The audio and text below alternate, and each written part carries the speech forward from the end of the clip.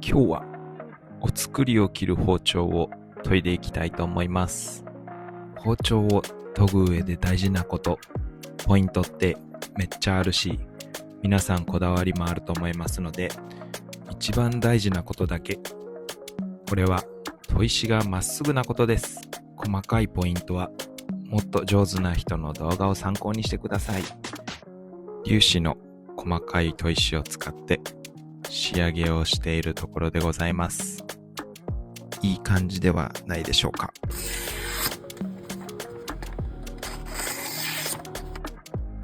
ピカピカに磨き上げられて、明日もいい仕事ができそうです。